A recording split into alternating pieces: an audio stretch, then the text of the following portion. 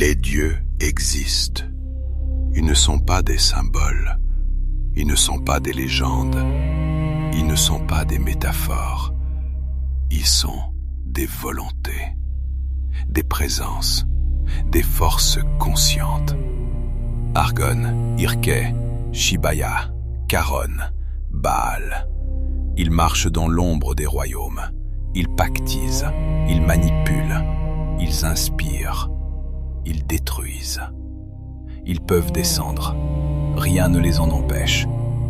Ils prennent forme, ils prennent visage, ils prennent chair.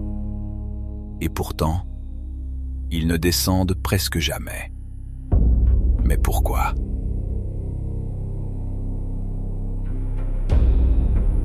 Argon impose l'ombre. Il lève des armées de morts, il corrompt les âmes. Irke embrase le ciel, il arme les hommes de lumière. Shibaya féconde les terres, elle donne naissance au cycle. Charon réclame les guerriers tombés, il promet l'éternité du combat.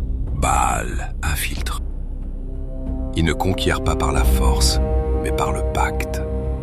Il murmure dans les royaumes prospères, revêt des visages familiers, sème la discorde et ouvre les portes aux ténèbres.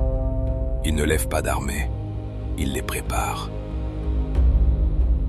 Ils sont puissants, leurs décisions redessinent les royaumes, mais jamais ils ne brisent tout. Jamais ils ne dominent sans limite. Chaque excès est contenu, chaque débordement est rappelé, chaque saison est répartie. Mais pourquoi ? Les hommes croient que les dieux sont souverains. Ils se trompent. Les dieux dominent les hommes.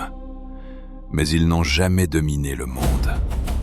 Car le monde n'est pas leur création.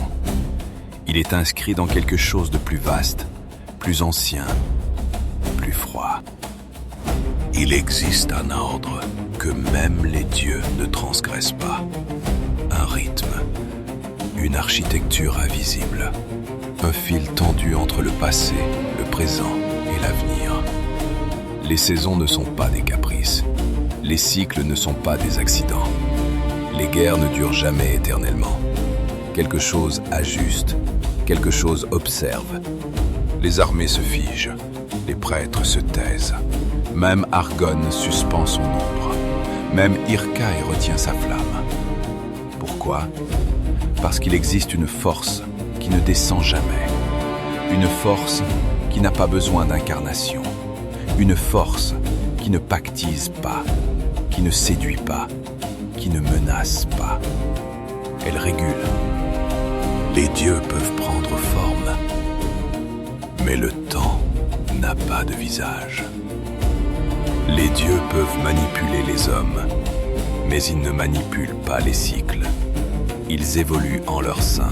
Ils sont puissants, mais ils ne sont pas absolus. Les mortels sont soumis aux dieux.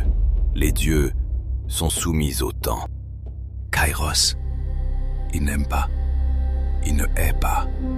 Il ne récompense pas. Il ne punit pas. Il ajuste. Chaque excès appelle une correction. Chaque domination appelle une limite. Chaque hiver appelle un retour. Même les ténèbres ont une durée. Voilà pourquoi les dieux ne descendent presque jamais. Non par faiblesse, non par bonté, mais parce qu'ils savent. Le temps ne peut être brisé, il peut seulement être traversé.